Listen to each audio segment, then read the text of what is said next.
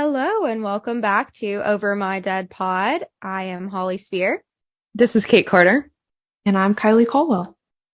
and today is my story, and I'm going to tell you guys a story that both Kate and Kylie already know, but there has been some developments in this case, so it's going to be a little bit different. So I'm going to tell you a story that you both probably know, a story that for almost 6 years has haunted millions of people. For 5 years, there have been no major suspects, no big leads, no public tips leading to an arrest until recently, until just about 4 months ago. So let's get started. Delphi, Indiana is about half an hour from Indianapolis. It has a population of about 3,000 people. Delphi is a sleepy little town which leaves young people with few options other than outdoor activities. Delphi was good for a scenic walk or hike through its network of trails and parks. This is where 14-year-old Liberty German and 13-year-old Abigail Williams lived.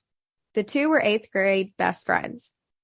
It was February 13th, 2017, and it was a warm day in Delphi, Indiana.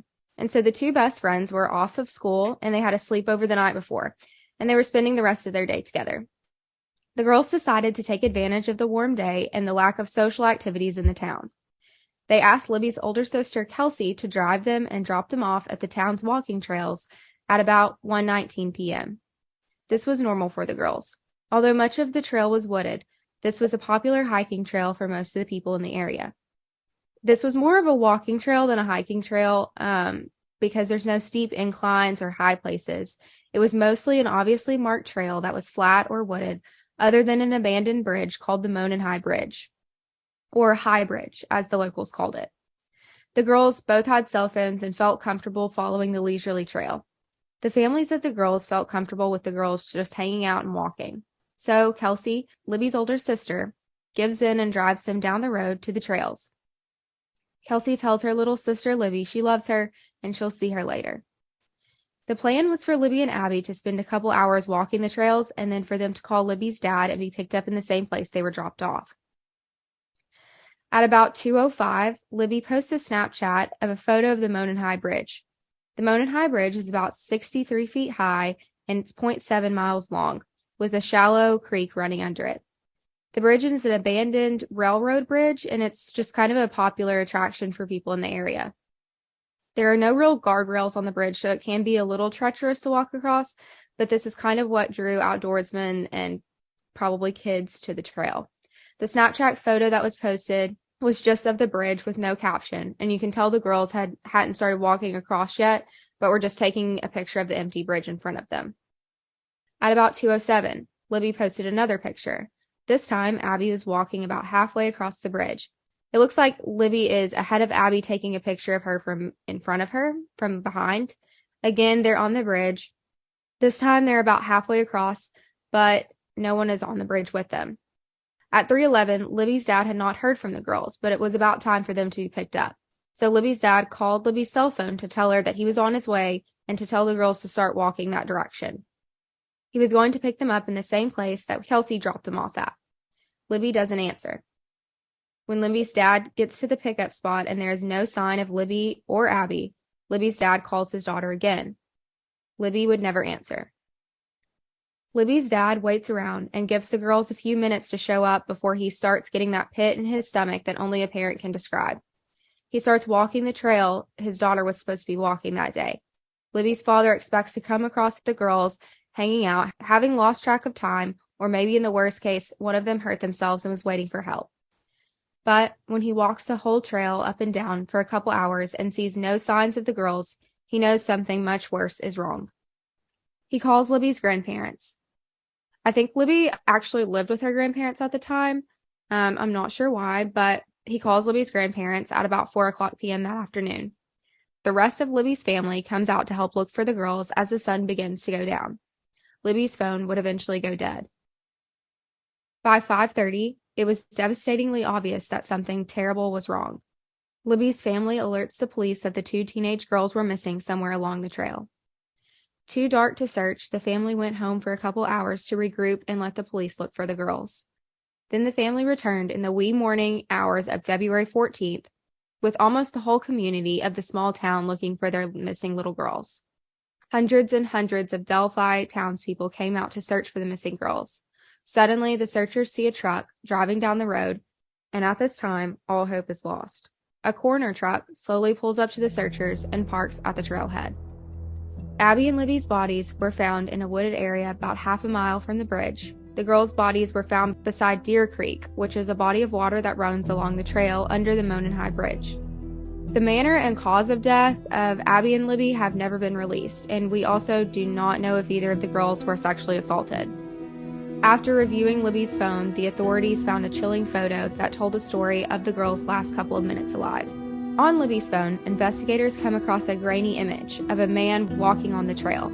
You can see the man is wearing light blue jeans and what looks like a navy blue windbreaker. He is wearing some kind of tan or brown cap with maybe flaps that cover the ears. It looks like the man has his hands in his pockets, and you can't really make out a clear image of the man's face. The photo is pretty grainy, but it looks like the man's walking towards the girls looking down, and a hat is covering the top of his face, but he is slowly walking towards the girls. Police released this photo to the public and asked the man to come forward. Obviously, this is odd, but the police are not calling him a suspect or a person of interest of any kind. They just want the man to come forward and report what he saw or heard about anything on the trail that could help the police find the killer. A couple of days go by, and after this mystery man never comes forward, police announce that this unknown man is the prime suspect in the case. Still, nothing happens, no one comes forward, and the man is not identified. February 22nd, investigators and multiple law enforcement agencies hold a press conference to say that they'll be releasing more key evidence from the case. The police released a small clip of a very chilling audio captured by Libby herself. The police say that this was captured by Libby's cell phone. They say there is more audio and video, but they will not be releasing it. But the public hears a couple of seconds of what Libby and Abby likely hear in the last couple seconds of their life.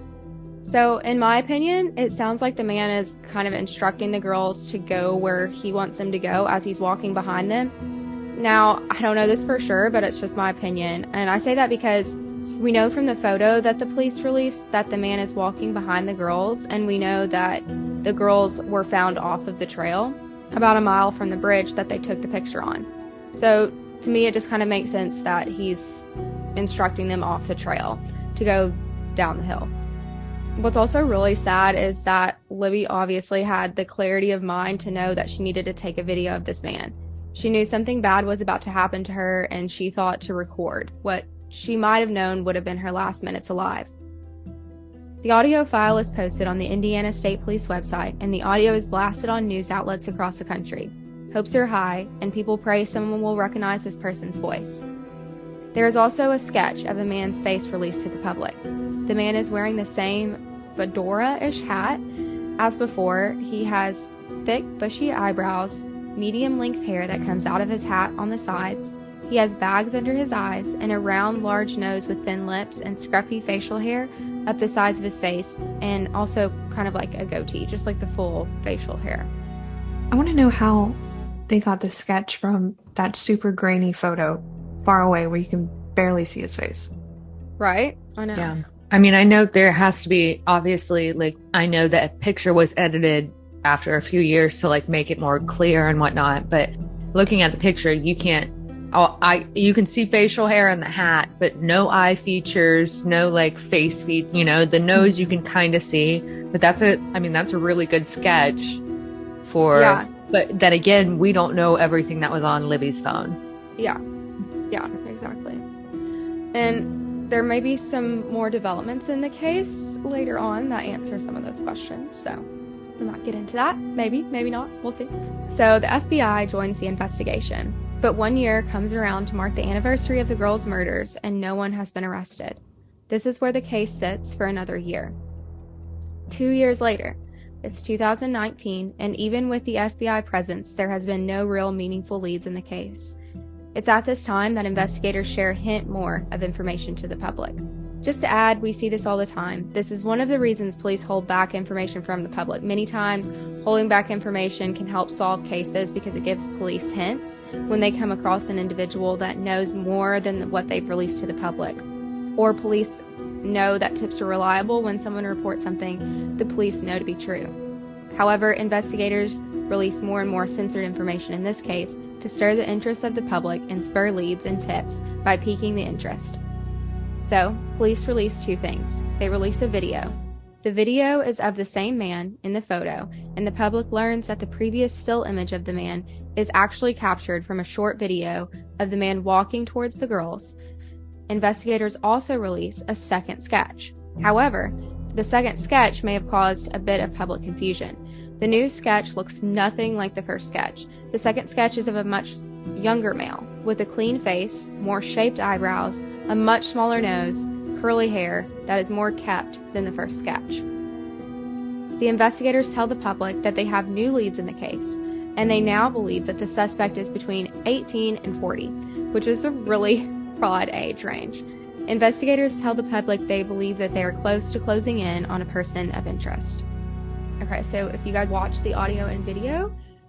No, we can't really see the face of the guy in the video, but this new sketch is definitely not it. I'm gonna go ahead and say too, just watching that 3-second clip of him walking, that's not how a young person walks. No. You can just tell that's not at 18. In fact, I would even say older than 40. With the hands in the pocket and everything, That's an old dad walk. It is.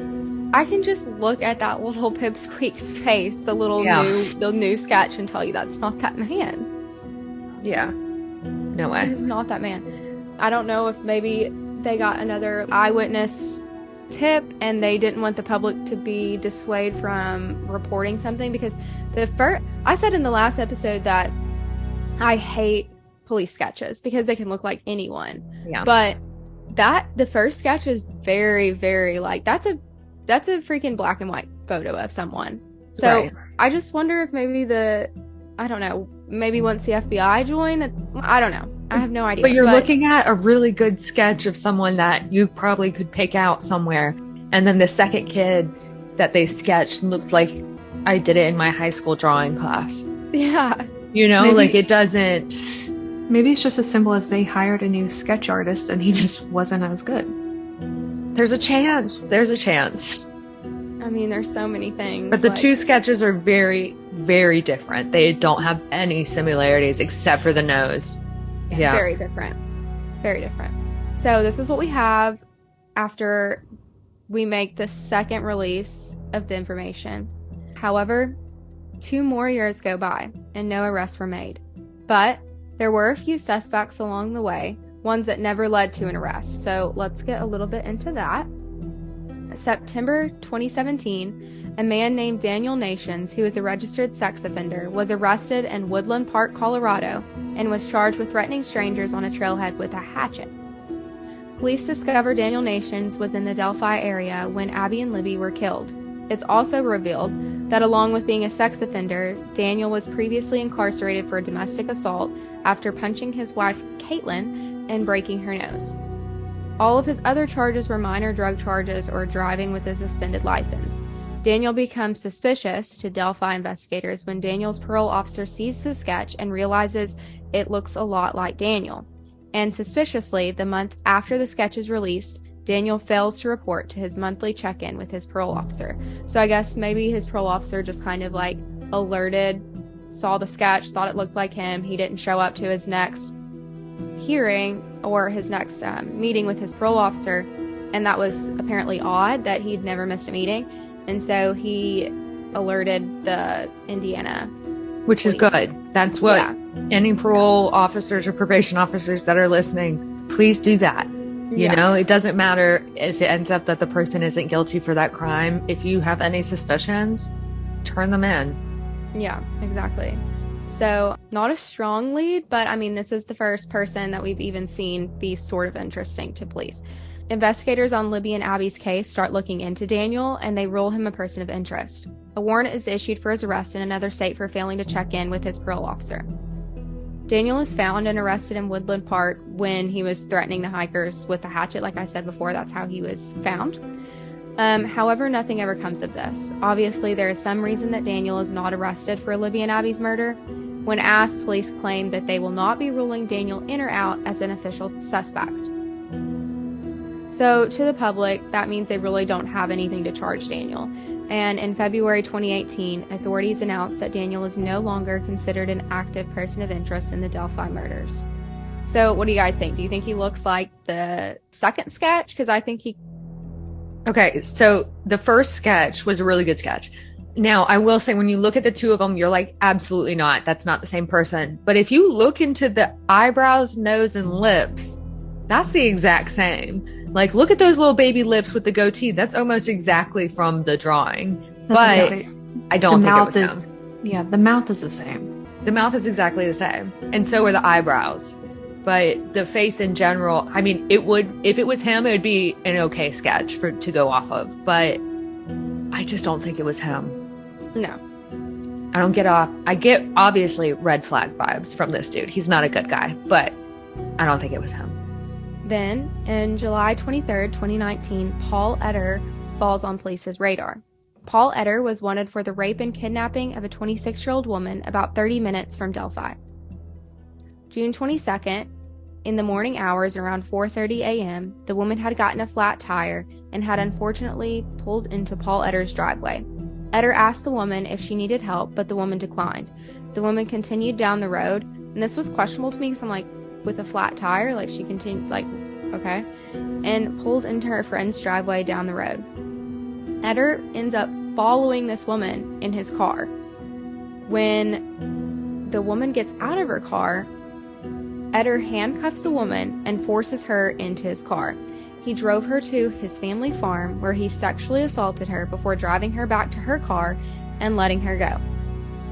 Etter was caught on June 27th when a police officer noticed Etter driving a truck that matched the description of a stolen vehicle. Police stopped the truck, and this leads to a 5-hour standoff with Etter and ends with him committing suicide.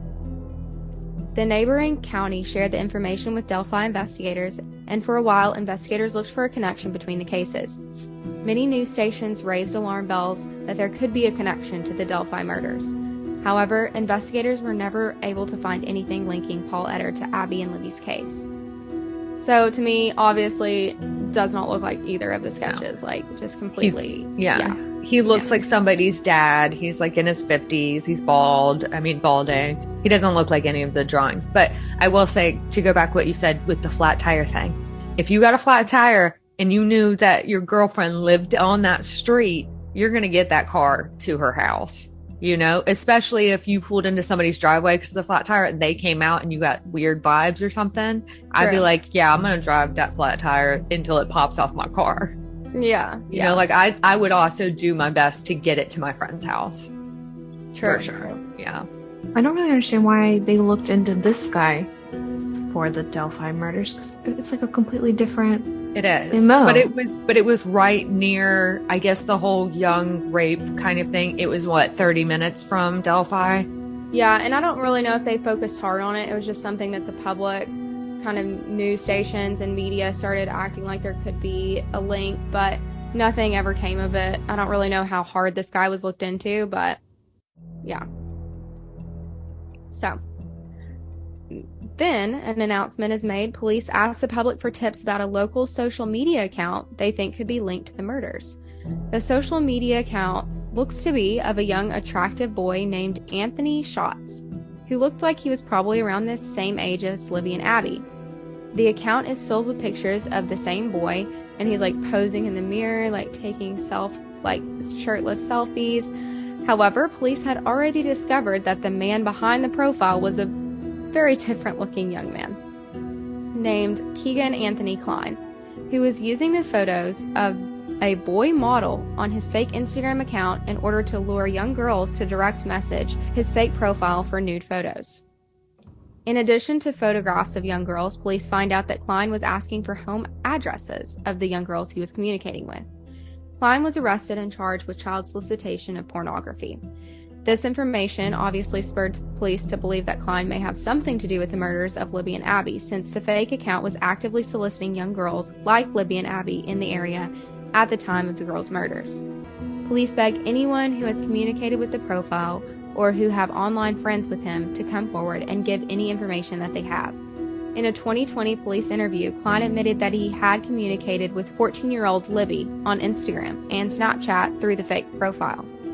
The transcript revealed that he had exchanged photos with Libby and that Libby had communicated with the fake profile on the very day that she was murdered. So, was Keegan Anthony Kline the same man from the bridge? The body type seems to kind of match, in my opinion. Kline has facial hair and medium-length hair on his head, but Kline's hair is very straight, not curly like the second sketch. Kline looks way too young to match the first sketch, and it's just, in my opinion, he doesn't match either of them, but, I mean, what does that mean? Police raid the home of Kline, but he has never been charged with the murders. We don't really know if this is because there's no evidence or because there's no link at all. All we know is that in 2020, he was only arrested for 30 child sexual abuse and child exploitation felonies and is now being held behind bars for those charges. Let me just say, shitty human, awful, disgusting. He's much larger than the man seen in the video. Much larger. Like a good 50 to 100 pounds larger. Yeah. That's all I gotta say. Yeah. I agree. I don't think that he matches the sketches.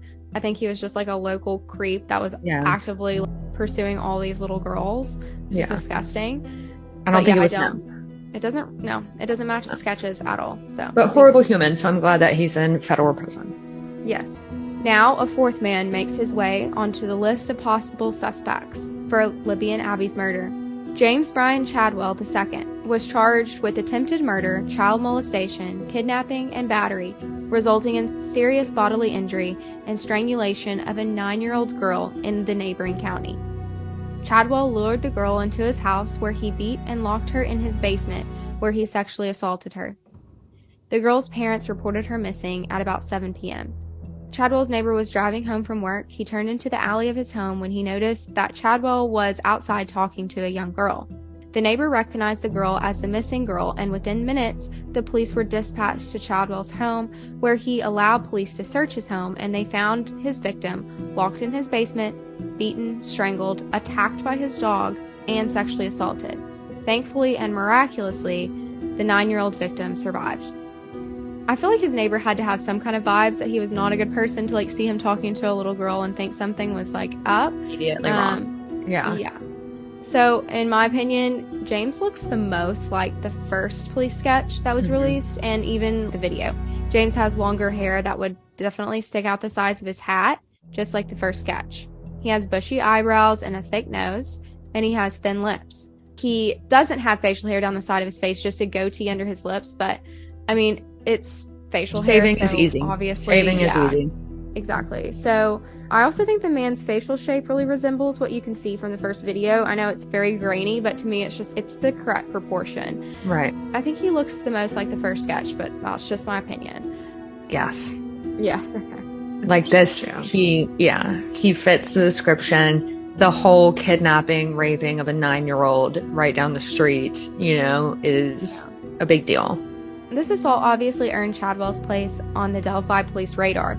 However, like all of the suspicious men before him, police have never found a connection to them and the murders, because Chadwell never was charged with anything related to Libby and Abby's murder. But here's the creepiest, weirdest part about James. News reports began circulating about a particular tattoo that he has. James has many tattoos, but amongst his sleeve is the faces of 2 girls on his arms. 2 little girls that appear to be crying blood, and their eyes or their pupils are not there, like just white eyes. And the tattoos look very, very similar to Libby and Abby. So we'll post a photo on our website and you guys can tell us what you think, but what do y'all think? Okay, so this is Kate. Obviously, I had known of this story beforehand, so I know of these details. I had briefly asked Holly during the break whether or not she knew of this detail and was going to talk about it because I think it's super important. The faces are of dead people. Let's just put that out. Like they look like dead, like they're dead or possessed, and they look identical to the 2 girls that were killed. The smiles are the same. The noses are the same. It's ridiculous. So that made me, in this case, very interested. Yeah. They're very identical. And it looks like he got the tattoos from these exact photos. Yes. That they're on this episode. Yeah. Exactly. So, disturbing. However, as we know, authorities have not connected Chadwell to the murder of Libby and Abby. During the years after the murder, police have these 4 men on their radar, and of course, police look into the men, and obviously found no correlation. Police never reveal why they do not suspect either of the 4 men were connected. But are you ready for our final update of today? Yes. Just recently, October 26, 2022, local man Richard Allen was arrested for the murder of Abigail Williams and Libby German. This would be the first suspect to be arrested for the death. 2 days later, on the 28th, he would be formally charged with 2 counts of murder. That day in October, Allen's arrest hit the news, and media outlets play a video of Allen in shackles being led into the Carroll County Jail. Allen's legal team asked for a change of venue, arguing extensive media attention surrounding the case that would make it difficult for Allen to get a fair trial in the county. The judge denied the change of venue. The judge also issued a gag order forbidding the case to be talked about. The order applied to anyone linked to the case, including Allen, his defense attorney, prosecutors, family members of suspects, as well as any staff in law enforcement. But not us, so here we are. We're good. Yeah. However, the gag order was requested before Allen's attorney released a 3-page press release claiming Allen's arrest was driven by political motives of prosecutors. Then, in November 2022, the presiding judge unsealed the probable cause affidavit for the arrest of Richard Allen. The judge found that the public interest would not be served by prohibiting public access to the document, but that the witnesses' and defendants' personal information would need to be redacted. With the release of the affidavit, the public learned more about the murder of Abby and Libby than they have known for the past 5 years. The affidavit reveals that investigators found a .40 caliber round less than 2 feet away from the victims' bodies. The round was unspent and had extraction marks on it. October 13, 2022, investigators conducted a search warrant upon Allen's house, and investigators found a .40 caliber pistol in his home. The round and the gun was sent to the state crime laboratory, and it was determined that the round had been cycled through Allen's pistol, which was found in his home. Now we know police can make identifications like this through ballistics. When a bullet is fired out of a gun, the barrel of a gun makes small divots or cuts around the bullet as it spins and is expelled from the gun. It's very interesting because it's almost like a bullet fingerprint, because each gun has unique rivets, and investigators are able to tell if a spent round has passed through that specific gun. So, as we know, the bullet found at the scene and the gun found in Richard's home were a match for each other. Allen purchased the gun in 2001, and he told investigators that he never allowed anyone to use or borrow that gun. We also learned from the affidavit that multiple juvenile witnesses claimed that they saw a male on the Monon High Bridge on February 13, 2017, the day the girls were killed. One witness reports that they were walking home on the trail when they encountered a male they described as, quote, kind of creepy, and said that he was wearing blue jeans, a light blue jacket, and his hair was maybe gray, maybe brown, but he did not show his face. He was not very tall, maybe 5'10", and had a bigger build.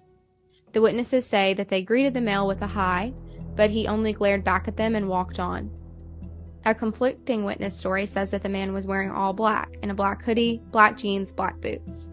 A third witness also said hi to the man, but he said nothing back.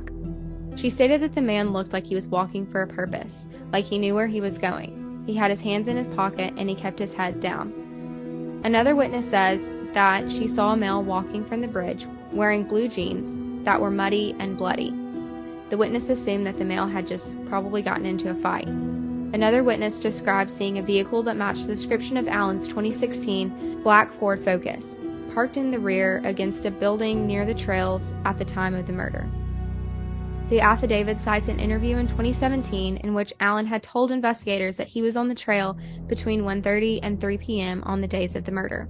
So Allen puts himself near the scene of the murders at the time that they took place. Allen claims that he saw 3 females on another bridge on the trail called the Freedom Bridge, but he did not remember anything specific about them. But Allen claims he saw no little girls on the bridge. And interestingly, the affidavit includes all the answers about the video on Libby's phone and how it came about. The affidavit states, the video recovered from victim 2's phone shows victim 1 walking southeast on Monon High Bridge while a male suspect wearing a dark jacket and jeans walks behind her. As the male suspect approaches the victims, we hear someone mention, quote, gun. So I guess that's another word that was in the audio that wasn't released. But near the end of the video, the male is seen and heard talking to the girls saying, guys, down the hill. Then the video ends. A still photograph was taken from the video, and the audio was subsequently released to the public. The document reveals clothes were found in the creek belonging to the girls. As we know, police probably have much more information against Richard Allen, but police tend to put bare bones in an affidavit like this so as not to leak out information they're building their case on. So just from reading the affidavit, I mean, obviously we don't know their cause of death, we don't know the manner of death, we don't know if they were sexually assaulted, but the fact that they found the bullet, the gun, we can just assume that they were shot. And the clothes. And the clothes, we can probably assume they were sexually assaulted. Yeah, probably. So, what do we know about Richard Allen? We know that Richard Allen is a well-known member of the community. He's a licensed pharmacy technician who worked at a local CVS store. The family of Libby and Abby has said that they didn't know Allen, but that in this small town they could have likely crossed paths with him. Libby's grandmother claims that Allen once processed photos for the family at the CVS store in Delphi, and he didn't charge them for the photos. Employees Allen worked with said that they were shocked and said that Allen blended right in, that they would have never suspected him in a million years. Owner of the now closed bar, JC's Bar and Grill, claimed that Allen and his wife would come into the bar 3 to 4 times a week and play pool. So we also know that Allen, at least at one time, had a wife. Police records show Allen relocated from Delphi from Mexico, Indiana in December 2006, and his home is reportedly not very far from where the bodies of Libby and Abby were found. Allen has only minor traffic violations on his record. But one more thing we also know about Richard Allen is that he posted a picture of himself and his wife at a local tavern, and in the background of this photo was a police sketch of what now could possibly be himself hung on the wall behind him. So, a little interesting. And this is really all we know about Richard Allen. Libby's grandfather, Mike, wore a shirt with the words, "Today is the day justice will be served for Libby and Abby." He wore this to the first news conference declaring the arrest. Allen entered a plea of not guilty at his initial hearing, and he will be held without bond. Richard Allen appeared before the court January 13, 2023, in a 10-minute long hearing to consider motions brought before the court. The trial was originally scheduled in late March. However, after the hearing in January, it is evident that the state still must turn over thousands and thousands of documents to the defense for discovery, and it is likely that Allen's attorney will need more time to build their case. However, inevitably, Allen will eventually face trial, and hopefully in this year, 2023. But the families of Liberty German and Abigail Williams still sit and await justice for their 2 little girls who were hardly teenagers. When I saw that Holly was going to do this case, I got a little excited because I knew there had been a very recent update on it of 2023, and we're at the end of January, so it's not that much time has gone by. But I will say for about 2 years now, I thought it was suspect number 3 or 4. I can't remember which one he was, the one that had the goatee. He fit the description. He came with all the evidence possible that he could have been there, stuff like that. But that being said, Richard Allen, there's actual evidence. There's physical, tangible evidence linking him there. So he looks nothing like the sketches. Police sketches tend to not really help that much, I would say. But in this case, he would not have been picked out of a line if it had been up for sketches. So I'm definitely interested to see how the trial is going to play out on this one. Yeah, like I said, there's probably a ton more evidence that we don't know, but I like you, Kate, I cannot let go of suspect number 4. I don't know. And he's got the background of it, he was just charged and arrested for the rape and kidnapping of an 8-year-old. He obviously targets younger people.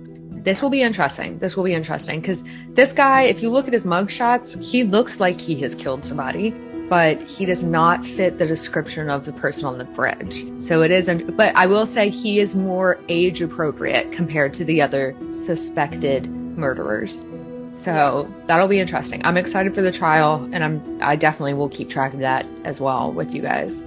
I'm more, I don't know, kind of interested into the why and how. Yeah.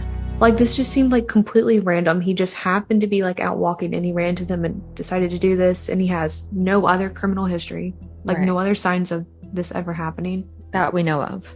that we know of. True. It'll be interesting to keep up with it. So, of course, we will keep you updated on any developments in the case in our segment that we now have after every show called Overtime. But for now, that is the murder of Abigail Williams and Libby German.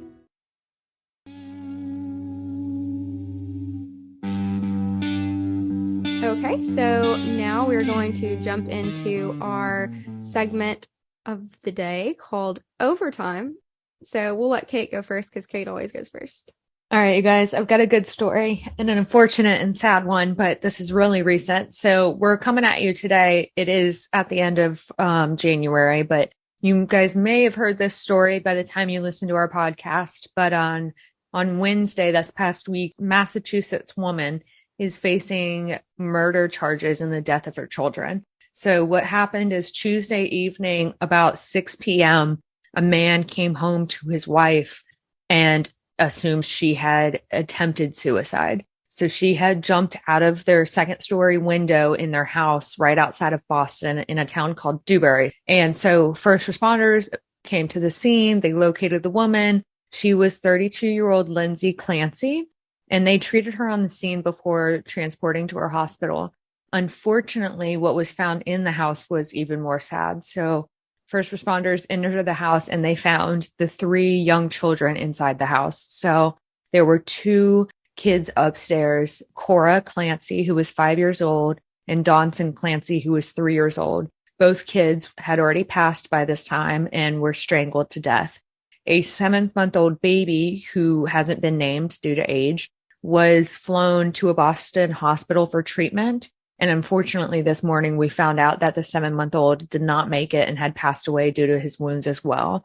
Now, there are reports going back and forth whether or not the 7-month-old was also strangled or if the mother Lindsay jumped out of the second story window with the baby. So right now, unfortunately, 3 children are dead. We are unsure on Lindsay's condition at the moment. It's unknown.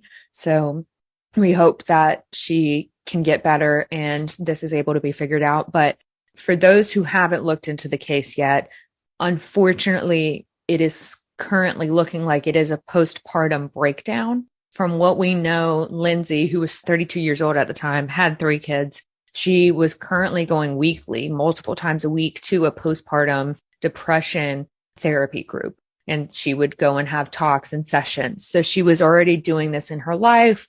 Postpartum is something that controls and dictates women completely differently depending on who the woman is and how her body reacts to it. So postpartum breaks do happen. And in a case like this, most likely it is something that she had a breakdown. It happened in the moments and it was a murder-suicide on her end.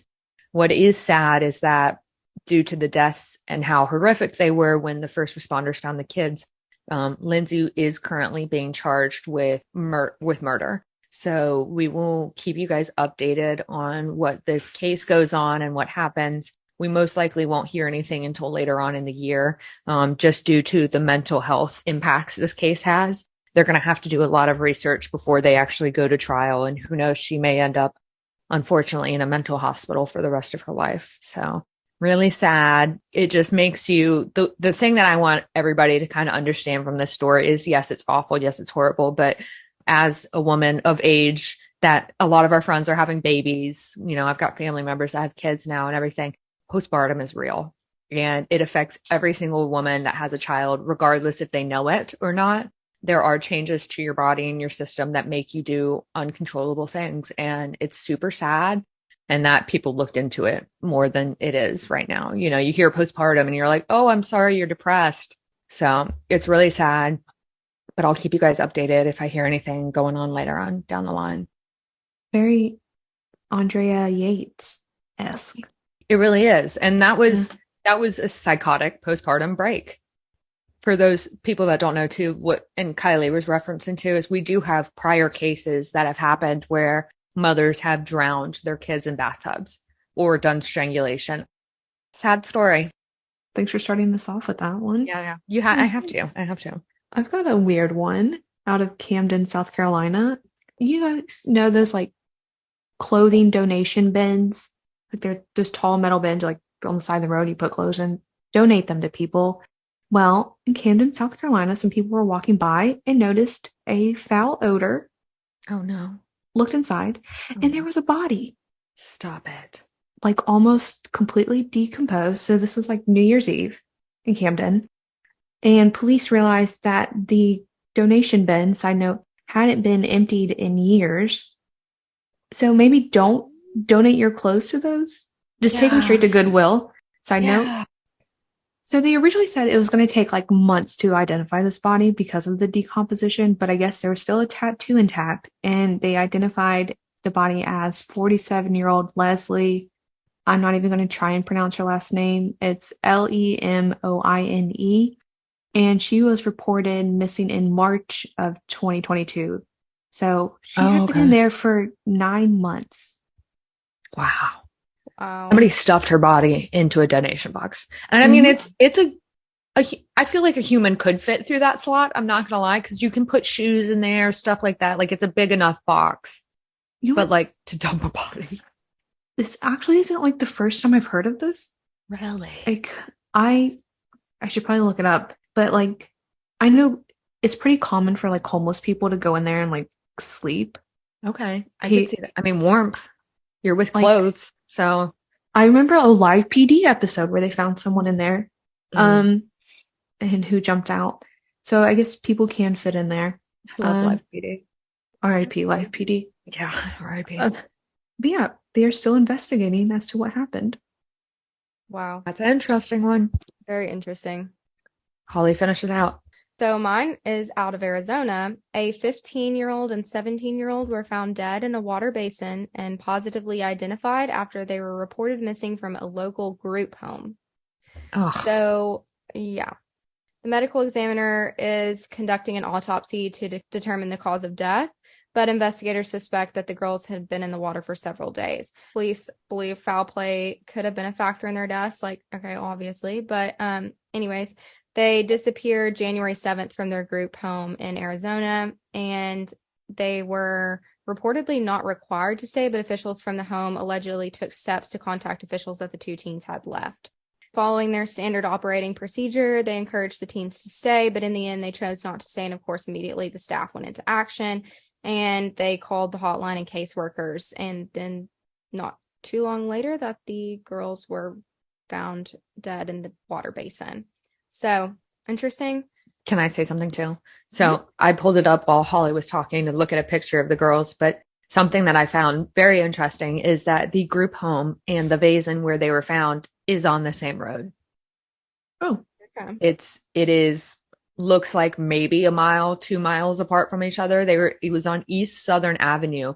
The group home was right off of East Southern Avenue, and the basin is off of East Southern Avenue. So they didn't So get they very didn't go far. So I'm Mhm. thinking I'm there's some connection. hitchhiking, gone wrong, walking down the street, gone wrong. Somebody did something. they met up with somebody. Yes. Yeah. Super sketch. That's so Super sad. sad. They were young too, 17 and 15. And with that, this was Over My Dead Pod. If you enjoyed this episode, be sure to stay tuned for a new episode next week. Additional information about this case, including photos, can be found on our website, overmydeadpod.com. Don't forget to subscribe and leave us a review wherever you're listening to this. Bye. Bye. Bye.